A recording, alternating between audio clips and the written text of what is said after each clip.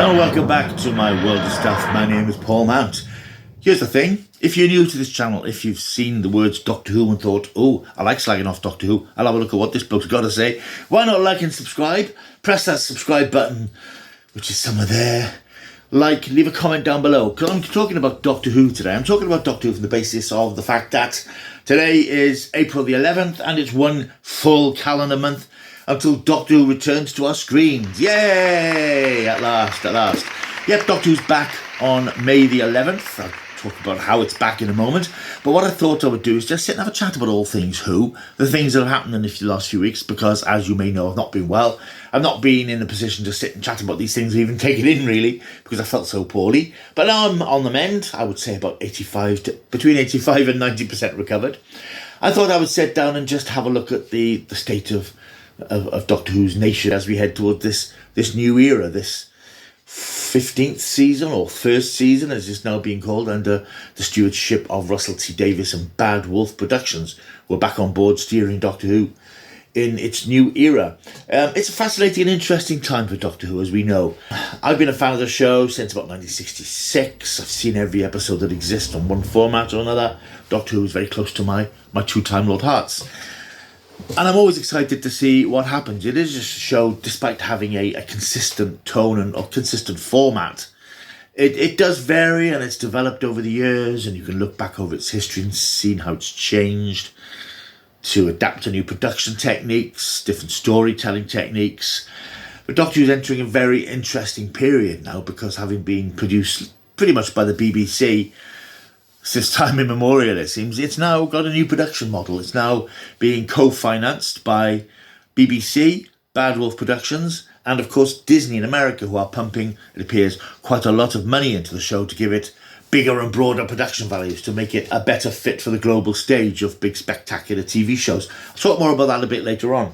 So Doctor Who is going to change. We know it's going to change. It's going to be, I think what we're going to get this next series is the biggest, most obvious reimagination of the show that we've ever seen. And yet, I feel, having seen the two larger length trailers that have been released, both of them to me felt like Doctor Who. I was quite pleased by that, because I did wonder how the show would change under its new regime. Russell T Davies is there, of course. He knows Doctor Who like the back of its hand. He steered it through its regeneration back in 2005 when it came back to the screens after 16 years off air, apart from the TV movie. You've got to be accurate about these things, or the fans will come down on you like a ton of roundels. Anyway, Doctor Who came back in 2005, and of course it was a massive hit, because Russell nailed exactly what the show needed to be in the early 21st century, the tone it needed, spinning itself off the likes of Buffy and Smallville, and having that slightly extended cast and regular characters. It had the vibey feel of an American TV show, obviously without the production values, but it looked great, it looked fine, and it's rattled along ever since. 4 or 5 years under Russell T Davies, then the Stephen Moffat era for 6 years, and then Chris Chibnall took over for about 4 years. So it's been an up and down time for the show, but it's been a consistent, constant present, albeit with occasionally quite long gaps. What has become obvious, however, in the last few years is that TV has changed a lot. We've now got the arrival of all the streaming services who pump a lot of money into their shows, particularly into their genre shows. And I contend that good as Doctor Who's looked over the years, and I will say here and now, I think the Chris Chibnall years, for all the criticism and flack they receive, most of it unjustified, the show has never looked better, it's never looked more lavish, it's never looked more cinematic. It was made with these anamorphic cameras that gave it a bigger scale. They very cannily, certainly in the first two series, did a lot of location filming abroad for various episodes, which made it look a bigger series. It didn't look as if the Doctor was constantly in Wales, constantly in the UK, because even if the episodes weren't filmed in the places they were set, there were locations used that could double for certain areas. Australia in Spyfall, South Africa doubled for Alabama for the Rosa episode. And they're very clever in using these locations and letting them double up for actual foreign locations, the locations they were supposed to be. So I think the shows look big, and the special effects I think have been terrific, and I always hold this up as an example. War of the Sontarans from the Flux miniseries. Now, bearing in mind that series was made under the limitations imposed by COVID, I think that's a great series. It's messy narratively. Some of it is very, very random, but when it's good, it's as good as Doctor Who can be. War of the Sontarans remains for me the most hugely spectacular Doctor Who episode of all time. When you think of what's in that episode, the Crimean War, there's an actual battle scene between the English army and an army of Sontarans. Huge wall of Sontaran spaceships. Just massive scope and scale to it. It looked brilliant. This was on a BBC budget at the time. What we're getting now is Disney money, which is going to make the series look bigger, apparently. Now I'm going to judge my comments on this are going to be based on what I've seen. And I've seen the 2 trailers that we've had. I've seen some on-location photographs of filming when they've been outside. I can't say I've seen anything yet that makes me go, wow, that's better than Doctor Who's ever looked. Even in the trailers. The 2 trailers we've had look great. And what I'm pleased about in those 2 trailers is it still feels like Doctor Who. We've now got Ncuti Gatwa as the new Doctor Who's much more vivacious, much more outlandish, much more potentially camp than we've ever seen the Doctor before. And I was possibly a bit worried that the show may lean too much into that side of things. But what I've seen of it, it looks like Doctor Who. It looks big and epic, and there's lots of special effects, and there's lots of monsters, it feels like Doctor Who. Now, whether that translates into the episodes, I don't know. But I've still yet to see anything that makes me go, wow, that's incredible, visually, in the way that I did in War of the Sontarans, or Village of the Angels, for example, in the Flux series. But of course, we've just seen clips at the moment, so we really can't judge. I'm sure lots of things are being kept secret, because that's the way that Russell tends to work. He doesn't give things away, he plays his cards close to his chest. So I suspect that in these 8 upcoming episodes, there's lots of things we don't yet know about. There's lots of things we haven't seen being filmed. The most spectacular thing I've seen being filmed of this new series of Doctor Who, and I often make a little joke about it, is Ncuti Gatwa and Bonnie Langford on the back of a moped riding through Cardiff. Wow! But I'm sure in context, with all the fizz and bang that will be added to the episodes, it will look fine. But at the moment, from the 2 trailers, I'm getting a very Doctor Who vibe from the trailers. I think Ncuti Gatwa's performance has a bit more steel than I might have expected.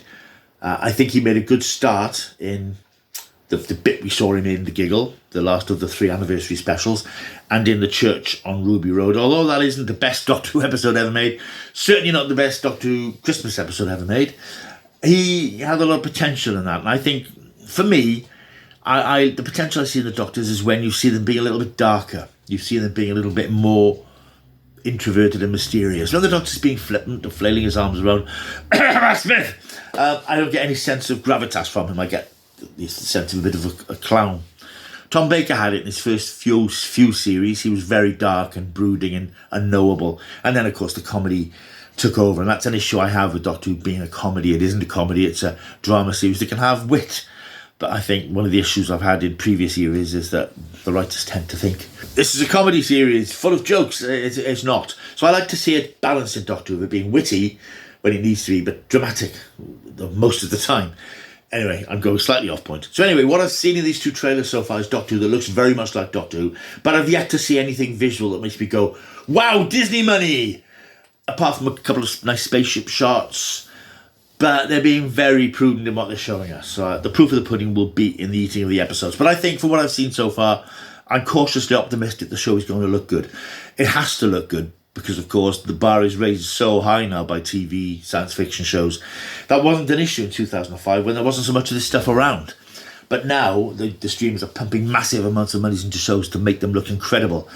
An example I'm going to give is a show I'm going to do a video on shortly, 3 Body Problem on Netflix. An 8-episode series based on 3 apparently fairly impenetrable Chinese science fiction books. They spent $20 million per 50-minute episode on this show. I'm sure Doctor Who hasn't got that sort of budget. But every penny is on the screen, and the locations, the effects, the visuals, the scope of the thing. And I don't know, even with the Disney budget, that Doctor Who's going to be sitting right up there with those shows. I think it's going to be visually somewhere in the middle, aiming towards the higher echelons of things. But again, haven't seen enough to really pass proper judgment on it, because all I've seen are the few clips that we've been allowed to see, which have just shown us characters and flashes of action. So I think it's going to be hard for Doctor Who to punch up with those big hitter shows. But then Doctor Who is an ongoing concern. A lot of these shows are event series or series that will run for 2-3 years. Doctor Who is an ongoing thing, which has been around for 60 years, and God willing, and with the wind in the right direction, will run for another 60 years. So that's my general impression of what I've seen of the show so far, and where I think the show may be heading sort of visually. Let's go on to talk about the release schedule, which has been quite controversial with fans. The because when I was streaming a show across the world, Disney have the streaming rights to the show. That's their financial incentive to have the rights to show this program on Disney Plus all over the world. But obviously they want a simultaneous release. And of course, time zones vary all across the world. But now, in the UK, we're getting the first 2 episodes of the new series, and I'll talk about the titles momentarily. They are dropping, as they call it, on BBC iPlayer at midnight on May the 11th, which is the sort of debut date of the series. So if you wish, you can sit down at midnight and watch 2 brand new Doctor Who episodes. If you don't wish to do that, you go to bed, you can turn off social media for the day, you can sit down and watch them when they broadcast about 6 o'clock that same evening before the Eurovision Song Contest. For BBC One, it's a nice, tasty little slot, because Eurovision gets a big audience, people are settling down, getting ready to watch Eurovision. Doctor Who tends to be a draw anyway, so I think it has a chance of doing well in that slot. The issue is, of course, that this BBC iPlayer dropping at midnight, that's angered a lot of people because it seems to give priority to international audiences. Now, Disney want to drop the show in America, particularly, at a reasonable time slot when people can watch it during the evening, because their metric is they want to see how many people are watching when it drops. And I don't quite know how the streamers establish what's a hit and what's not, but they seem to look at the number of hours and number of minutes watched over a certain period. Releasing it at a prime time slot in America makes sense, because that, especially on a Friday night, is when people are likely to sit and watch something new. Of course, this then compromises the BBC, who will have to screen it at a different time. They can't not have it available at that time, because we're living in the 21st century. There'll be spoilers all over the place. There'll be pirate torrents online, so people can watch the episodes early anyway. So I think the BBC and Russell T Davies had no choice but to sort of accede to this and say, well, we'll release them on the iPlayer. And the iPlayer is the future of the BBC, I think, going forward. I've been just talking about this with friends and family recently, with all the talk about the BBC's funding model changing. I think that the iPlayer is becoming more and more the place to go. And if you notice, when the BBC publicise new shows, they don't say, 8 o'clock on BBC One, they say available on the iPlayer. And lots of shows are dropping as box sets on the day of the first episode. So we're moving towards that a little bit more. So I don't think Doctor Who being on the iPlayer first is necessarily an issue. But I understand fans are a bit aggrieved that they think, well, we've got to watch these episodes at 12 o'clock or we're going to be spoiled because they're going to be released all over the world at the same time. My own view is, and I haven't yet made my final decision, because obviously when Doctor Who's out, you want to watch Doctor Who. I'm going to try, if I can, to keep off social media, to avoid spoilers, avoid anything that I can, and try and watch them at 6 o'clock on BBC One, because that's the way I've always watched Doctor Who on transmission. And hard as it is, I'd like to try and keep that going a bit longer. That's my plan at the moment. That may change, of course. And it's hard, it's weird to think, it's going to be hard to keep off social media for a few hours. But I'm going to try. So I think the option is there for fans if they want to watch it, if they want the old Saturday night BBC One experience. The option is there, but you'll have to put the work in to try and do it. So yeah, it's a controversial thing. And of course, this has led to some of the usual suspects, particularly the Doctor Who fan liars, who have spoken of at length in the past. Go and check my video, Doctor Who and the Fan Liars, who lie about ratings and Doctor Who's popularity. They will also talk about this now. It's BBC pandering to Disney. Disney are influencing Doctor Who, woke Doctor Who. As has been pointed out time and time again, Disney don't have any major creative influence in Doctor Who, apart from maybe notes that Russell T Davies is at liberty to act upon or ignore as he sees fit. They're paying for it. They're paying for the rights to stream it. So they're pumping money into it. That's their only input, really. They haven't come along and said, you've got to do this, you've got to do that, we've got to have this, we've got to have that. Russell T Davies is making the Doctor Who he wants to make for the 2020s. For good or bad, we haven't seen it yet, but he's not beholden to what Disney wants. He's not beholden to any checklist from Disney. There's no tick box of things that they must have. It mustn't be this, it mustn't be that. It's only what Russell T Davies wants it to be. Again, the fans who won't be told won't have it. They just will disagree. They will say, well, that's what you think. Well, no, that's what I know. It's been widely reported. It is a fact. But they've got this mad agenda that we've talked about before about ratings, where they will not listen to the truth. And in fact, just touching on that ratings thing again for a moment, because when I did my previous ratings updates, I had the figures for 7-day viewing figures of the specials and the Christmas episodes. The final sort of 28-day figures are in. And they're all around the 8 million mark in the UK. This means that Doctor Who's figures in 2023 were pretty much what they were in 2009, when David Tennant is in his prime. So Doctor Who's figures are pretty much exactly the same, and that takes into account everything that we've got in the TV world these days to move people away from linear television. Doctor Who's figures are as constant as they were 15 years ago, and that is in itself phenomenal, incredible. When you bear in mind that all the other long-running TV shows that are still out there that were on at the time when Doctor was on in the 25s or whatever, they've plunged. Your soap operas, 3-4 million viewers. Casualty, 2-3 million viewers. These are shows that had 15-16 million viewers when Doctor Who had its 8 million. Doctor Who still got its 8 million, but they're way down the charts. However, those fans don't want to hear that. They'll ignore it. They'll say it's a lie. They'll say the BBC fudging the figures, and as we've said before, they can't. BBC don't manufacture the figures. But this is the facts are, one, Doctor Who is now being co-funded by Disney, who are paying for the right to stream it, but they don't have any huge input in what's in the episodes. And two, BBC do not fudge the viewing figures. The viewing figures of Doctor Who are very healthy. Don't let anybody out there tell you otherwise.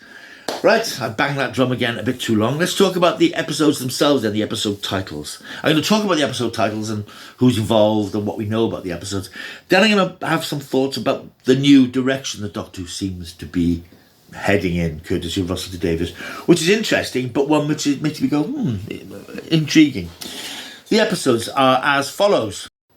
From midnight on BBC iPlayer, or if you want to wait until later in the evening, we've got 2 episodes, both written by Russell T Davies.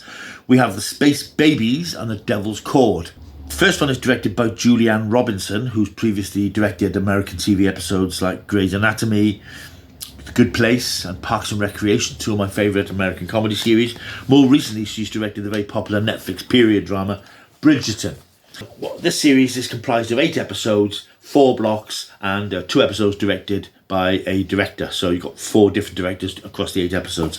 Julianne Robinson is doing The Space Babies. Don't know a lot about this. We've seen in the trailer a clip which seems to be set on a spaceship. There are babies who seem to talk. There's some sort of monster. I've got a vague idea about what this story might be about, that the babies might not be what they seem to be. They might become something else. It's interesting that this is the second episode in a row which has babies as a core part of the plot, because we had that in the Christmas special. Of course, for the casual viewers, they're not going to pick up on that because that was 5 months ago. But of course, Doctor Who fans say, "Oh, babies in the church on Ruby Road, babies in the Space Babies." It's just a coincidence, I'm sure, but I suspect that the story then involves the babies aren't quite what they seem to be. Second episode is called The Devil's Cord. This is directed by Ben Chessel. I can't find previous things that he's done. There's no particular link to his other work online. This is the episode we probably know the most about. This again is written by Russell T Davies. This is the episode title that we knew some months ago because Russell revealed it, I think, in Doctor Who magazine. This is the episode that sees the Doctor and his companion Ruby, who of course is played by Millie Gibson, travelling back to London in the early 1960s at Abbey Road, where the Beatles are at work on the early recordings. And it appears that an alien called Maestro, which, yes, is another word for master, played by Jinx Muldoon, the apparently quite popular burlesque stroke drag performer, plays this outlandish villain who for some reason is trying to stop the Beatles. I don't know what to make of this. It could be quite a comedic episode. Master, would Russell T Davies recast the Master so quickly? It seems a bit odd. I think it more likely is to do that Maestro is a name associated with music, and it's sort of a joke name for somebody who's trying to change the course of the music world in the UK. I suspect it'll be quite amusing. I think it's the sort of musical episode that we have in this, because we've seen clips with the Doctor singing and dancing, and there's a dancing sequence. So I think this is going to be quite a light episode, which tends to happen, actually, looking back at Russell's previous run on the show. The first couple of episodes were usually quite sort of lightweight to get people on board the sort of high adventure before getting a bit darker later on in the season. I suspect that's what he's doing here as well. Episode 3 is called Boom. This is written by Stephen Moffat, and this is the second episode directed by Julianne Robinson. Stephen Moffat back on Doctor Who, who would have thunk it? Stephen Moffat, since Doctor Who fell back in the hands of Russell T Davies, has outright denied he's doing Doctor Who again. Why would I go back? writing for a show that I used to show run. No, I'm not doing it. No, I'm not doing it. A couple of weeks ago, yes, I'm doing it. I've done one. It's called Boom. How do I feel about this? I'm not the biggest fan of Stephen Moffat's time on Doctor Who, but that doesn't mean I'm not a fan of Stephen Moffat. I'm not particularly a fan of Stephen Moffat. I think he's a good writer, and I think he wrote some very good episodes of Doctor Who for Russell T Davies' first time around, up to the first or fourth seasons. However, those episodes, when you look back at them, they're all predicated on very similar ideas of malfunctioning technology or misunderstood creatures, and those are very much the themes that he has tended to play with. I think that those were decent episodes and enjoyable episodes and went down very well, and he became a fan favourite writer. When he then took over the running of the show in 2010, I think that's where the problems, for me, with Doctor Who set in, because he had this perception of the Doctor as a madman with a box, this zany sort of characterisation that was imposed upon Matt Smith. Matt Smith didn't know the series very well.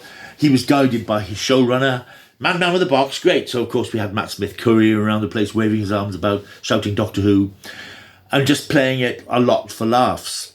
And my own personal view is the Doctor isn't a madman in the box. The Doctor is the sane man in the box. The universe is mad. The Doctor is the one trying to keep it sane. That's my perception. I'm not the showrunner. I have no right to impose that on the show. But that's how I think of the Doctor. And turning the Doctor into this hyperactive buffoon, purely so Stephen Moffat could write comedy stories, didn't work for me. And we had 6 quite painful seasons where Doctor Who was just not working properly for me. Occasionally you get a few episodes, particularly the ones not written by Stephen Moffat, that worked a little bit better. Peter Capaldi came along for the last 3 seasons under Moffat, and that was pretty disastrous. I think a great actor wasted with an inconsistent and slightly embarrassing characterisation of the Doctor. But that's by the by. I don't think Stephen Moffat was a great success as showrunner of Doctor Who. I know a lot of people out there watching this will agree and be calling me all sorts of names. Leave a comment down below and tell me what you think of me. Just my opinion. I don't think he was suited to run Doctor Who. I don't think his imagination is imaginative enough. I don't think he comes up with enough new ideas. He seems to have this thing in his head about these puzzle box mystery things that often didn't make sense because he had the idea, couldn't make it come together at the end, and he kept going back to these 2 or 3 core concepts, and I just got worn down by it.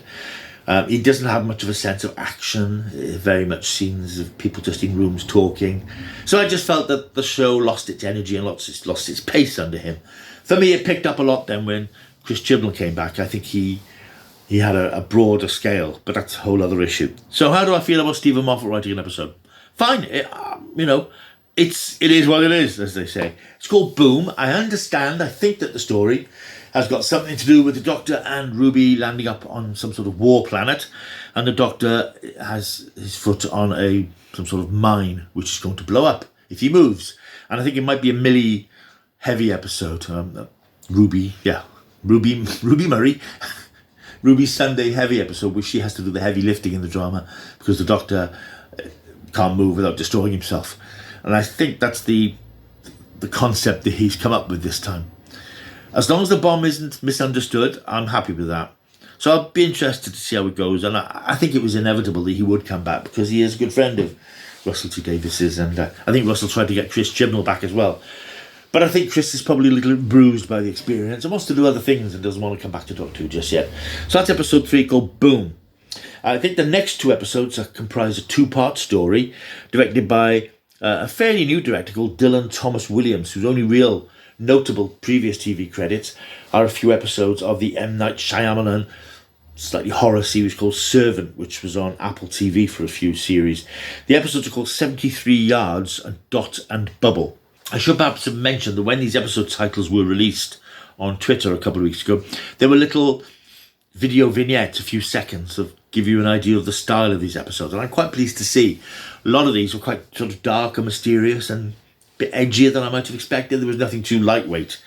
I don't know anything about this. 73 Yards, Dot and Bubble. I know that there's a storyline involving a corrupt politician played by Aneurin Barnard.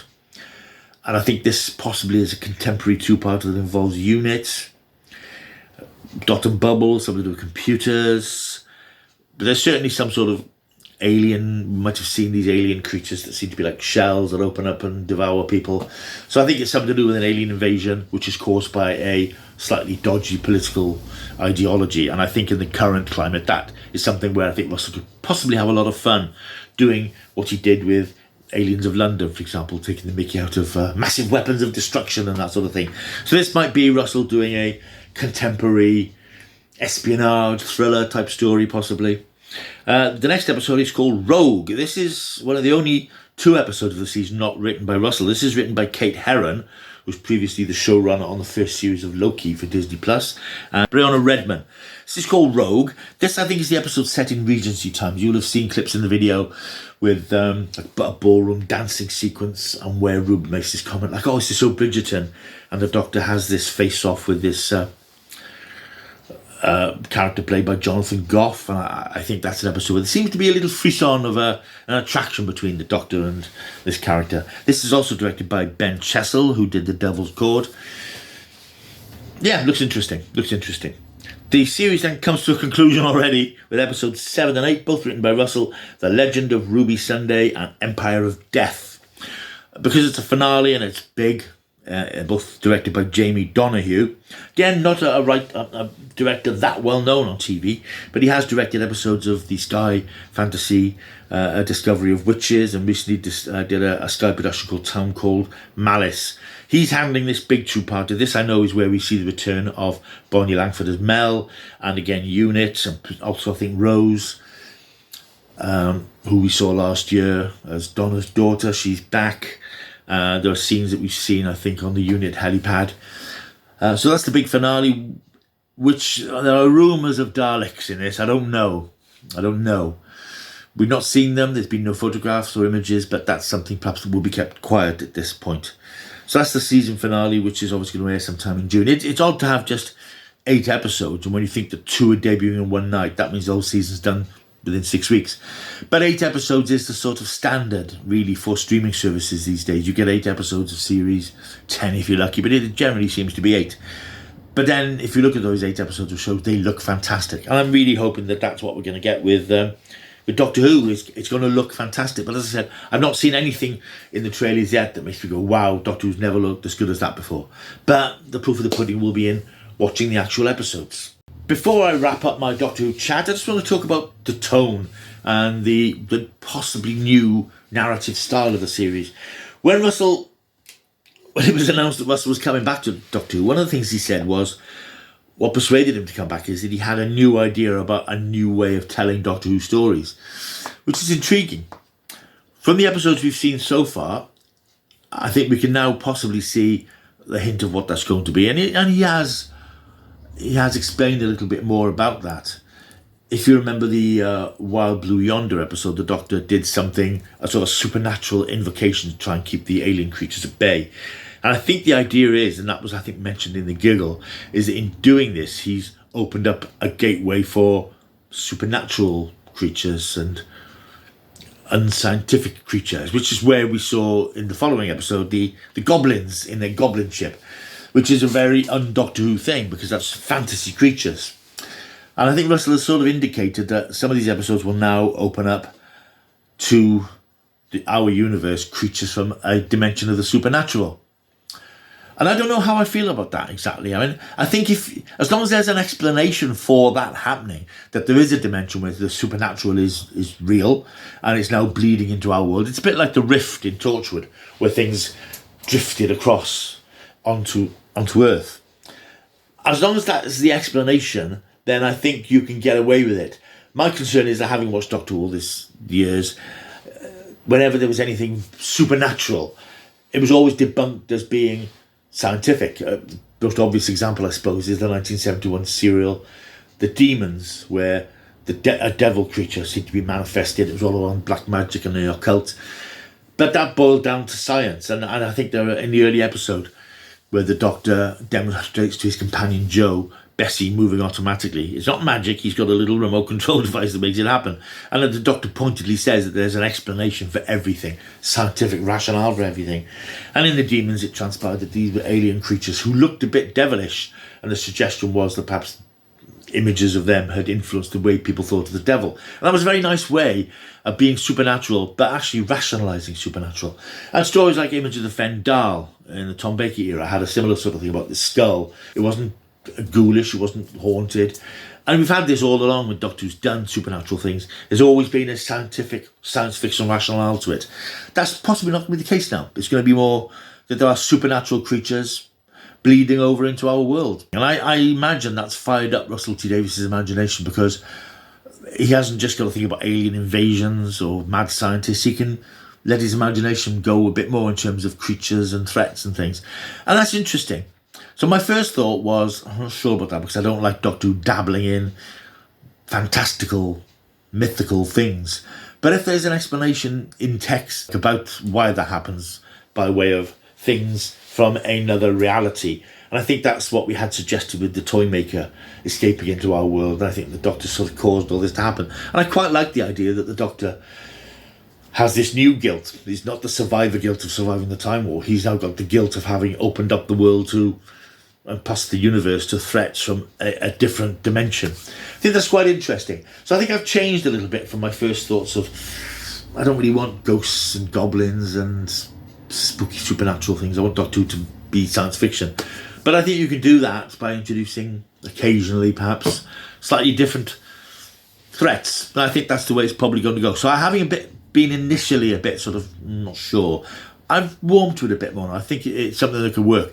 And I think with a writer like Russell T Davies writing it, I think you've got a pretty steady hand. I think he's going to do it in a sympathetic way. Beyond that, then, I think we have the new Doctor himself, Ncuti Gatwa.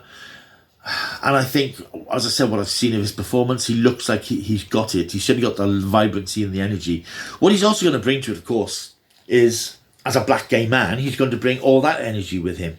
That slight campness, that slight, we've seen it in Ruby Road, where he uses expressions like babes and the stuff that rankles with me as a much older man. But he is, he's a vibrant young gay black man, and he's going to bring that energy to the show. How they're going to play on the Doctor's sexuality, I don't know. I hope they don't go down too far down that road, because even when we've had in the previous series the Doctor's relationship with Rose and so on, it always came across as the Doctor wasn't quite sure about it. It was unusual and uncertain territory for him. I hope they keep that line rather than have the Doctor demonstrably romantic one way or the other, because at the end of the day, I understand that modern drama series have to have character and they have to have emotional beats for characters.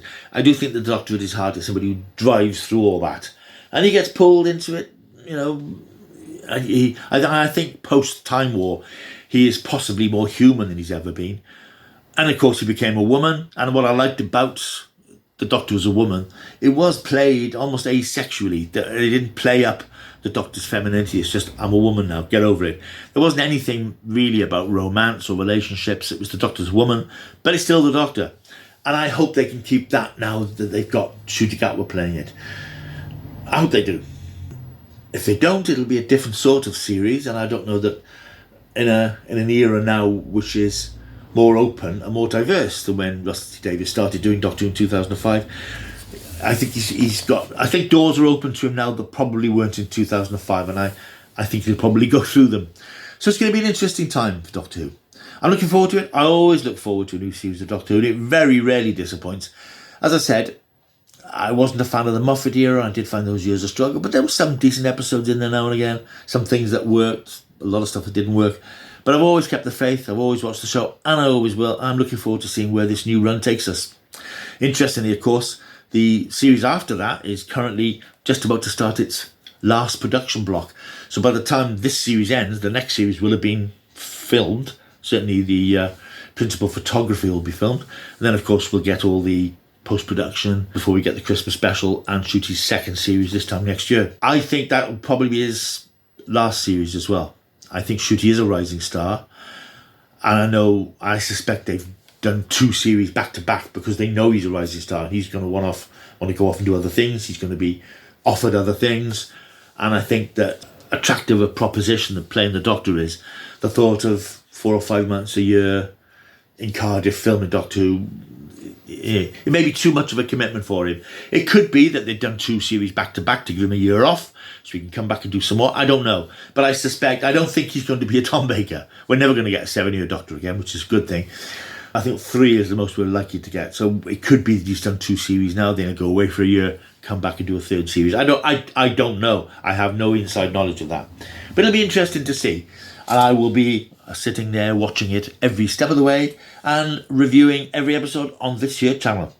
Right, thank you for watching. I hope this hasn't been too rambly. It's just my thoughts on what's been happening over the last few months, because there's been a fair bit of Doctor Who stuff and I haven't been feeling well enough to sit down and order my thoughts and spew them out for your enjoyment. So if you've liked this video, as I said, why not subscribe to this channel, because there's a lot more Doctor Who stuff to come. Like, leave a comment down below. I will see you soon. Until I do, keep taking the stuff.